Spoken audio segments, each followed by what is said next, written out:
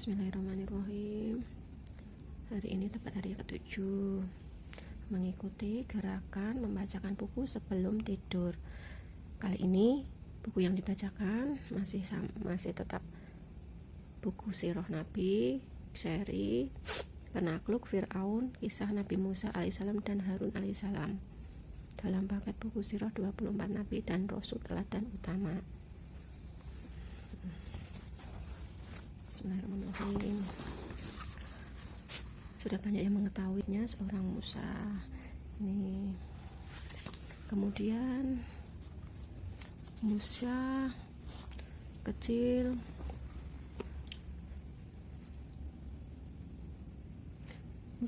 tidak ada yang bisa menyusui kecuali ibu kandungnya sendiri. Dengan bantuan kakaknya yang menyamar ke istana, kemudian menawarkan diri untuk mencarikan ibu susunya. Yang menjadikan Musa seakan sangat kenal dengan ibundanya, padahal ia masih bayi dan sekian waktu berpisah. Kemudian seorang ibunda Musa langsung menyusukan dengan lahap. Ayah Rika pun merasa bahagia. Tiada tara. Musa yang ia khawatirkan keselamatan hidupnya kini kembali ke pangkuannya. Rahasia tetap terjaga. Asiyah tidak mengetahui bahwa ayah Rizka adalah ibunya Musa. Asiyah menitipkan Musa kepada ayah Rika selama masa penyusuan tersebut. Musa pun mendapatkan fitrahnya, mendapatkan pendidikan dan keluarga kandungnya hingga masa menyusui selesai.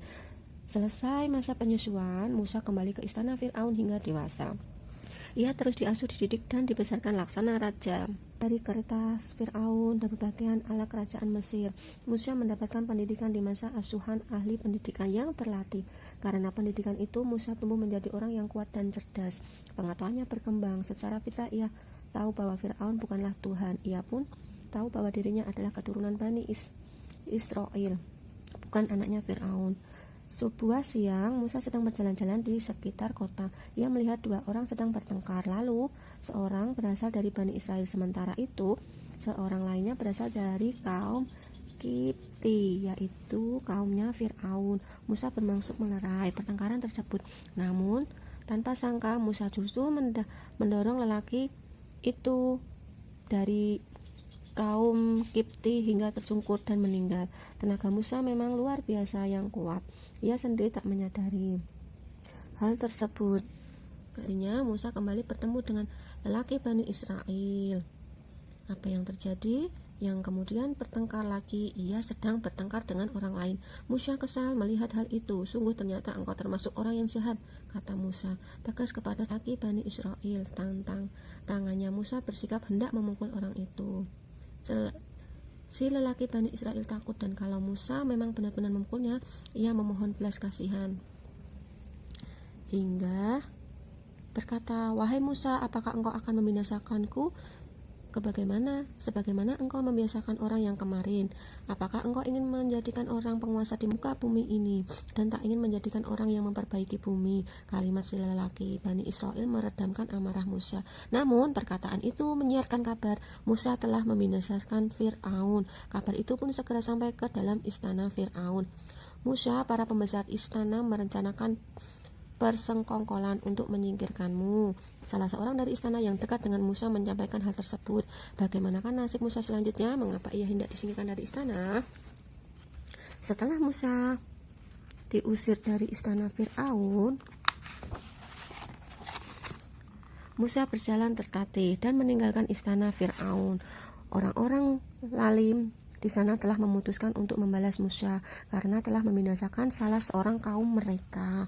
Musa mengarungi gurun pasir seorang diri. Ia pun belum punya tujuan. Selama perjalanan, satu-satunya yang ia panjatkan adalah permohonan ampun kepada Allah SWT.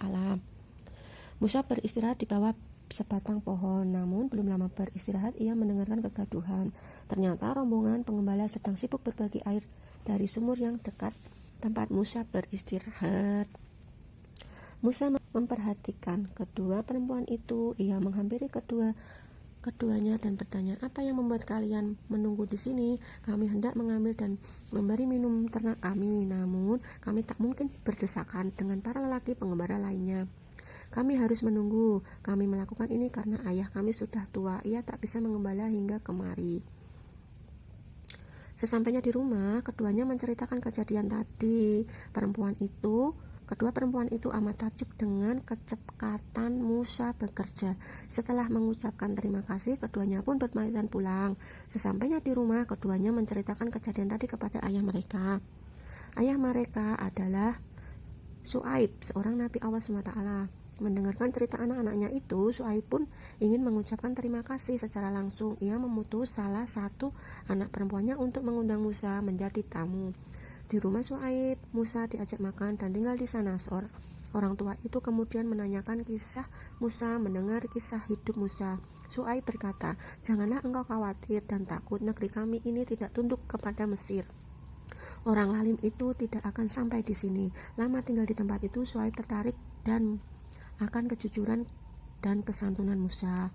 Setelah berpikir dalam, Syuaib memutuskan meminta Musa menikahi salah seorang anaknya.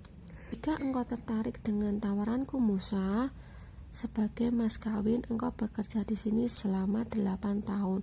Uruslah peternakan kami dan bekerja dan membutuhkan tenagamu. Aku pun sungguh akan berterima kasih jika engkau rela menambahkan 2 tahun lagi." Mendengar tawaran itu, Musa memohon pimpinan Allah. Atas bimbingannya itu, ia memutuskan menyetujui tawaran Syuaib. Musa pun resmi menjadi suami Safura, salah seorang putri Syuaib. 10 tahun berlalu. Selama itu, Musa mendapatkan didikan mengenal dunia dan akhirat. Musa menjadi manusia yang kuat secara fisik, mental, dan spiritualnya. Musa mulai merindukan Mesir.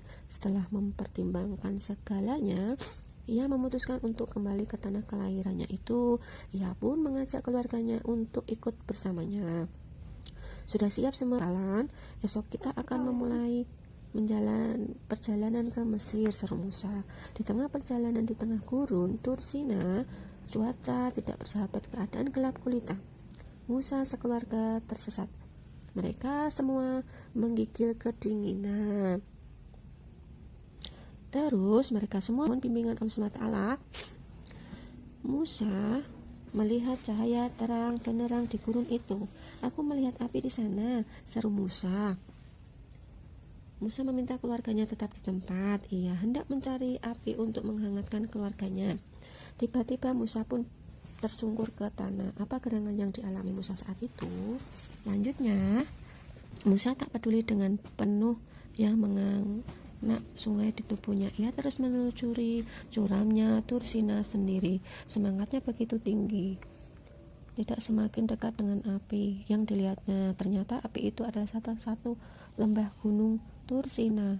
Tiba di tempat api, Musa mendengar suara menyerukan. Musa menggigil. Ia tidak kedinginan, namun ada sesuatu yang membuatnya bulu kudunya berdiri. "Hai Musa, sesungguhnya aku ini Robmu. Tanggalkanlah kedua terompakmu. Sesungguhnya kamu berada di lembah yang suci, Towa." Musa melepaskan alas kakinya, kemudian tersungkur ke tanah. Ia tak pernah menyangka akan berbicara langsung dengan Allah, Sang Maha Pencipta. Dalam pertemuan itu, Musa bertasbih menjadi seorang nabi. Allah kemudian memerintahkan Nabi Musa alaihissalam untuk menemui Fir'aun yang sombong dan zalim. Namun Nabi Musa alaihissalam merasa sangat ragu. Akhirnya Allah memberikan bekal. "Apakah itu yang ada di tanganmu, hai Musa?" "Ini adalah tongkatku. Ini aku gunakan untuk memukul daun bagi kambingku dan bagi peternak." "Lemparkanlah tongkat itu, hai Musa." Musa menaati perintah Allah. Ia melemparkan tongkat itu di tangannya. Jurus kemudian tiba-tiba tongkat itu menjelma menjadi ular dan menyerang begitu cepat. Musa terkejut dan sempat mundur. Sedikit merasa terkejut dan takutnya menjadi satu. "Peganglah ular itu dan jangan takut. Aku akan mengembalikannya kepada keadaan semula. Lalu kepitkanlah tanganmu di ketiak. Niscaya tanganmu akan mengeluarkan cahaya putih cemerlang tanpa cacat sebagai mukjizat." Semua itu memang ditunjukkan Allah sebagai tanda kekuasaannya yang maha besar. Nabi Musa pulang ke tempat keluarganya menunggu. Ia banyak membicarakan apa yang dilihat di lembah Toa. Mereka melanjutkan perjalanan menuju daerah keluarga Musa di Mesir. Setiba di tempat keluarganya, ia langsung menemui Harun, saudaranya. Ia menyampaikan kabar bahwa dirinya telah menjadi utusan Allah. Ia memerintahkan untuk mengajak Fir'aun menyembah Allah. Ia pun menyampaikan bahwa Harun diperintahkan Allah untuk menemaninya menghadapi Fir'aun. Mereka bergerak bersama menemui Fir'aun. Jadi ternyata Nabi Musa itu salah seorang menantu dari Nabi Syuaib dan bersaudara dengan Nabi Harun alaihissalam, teman-teman. Sekian, wassalamualaikum warahmatullahi wabarakatuh.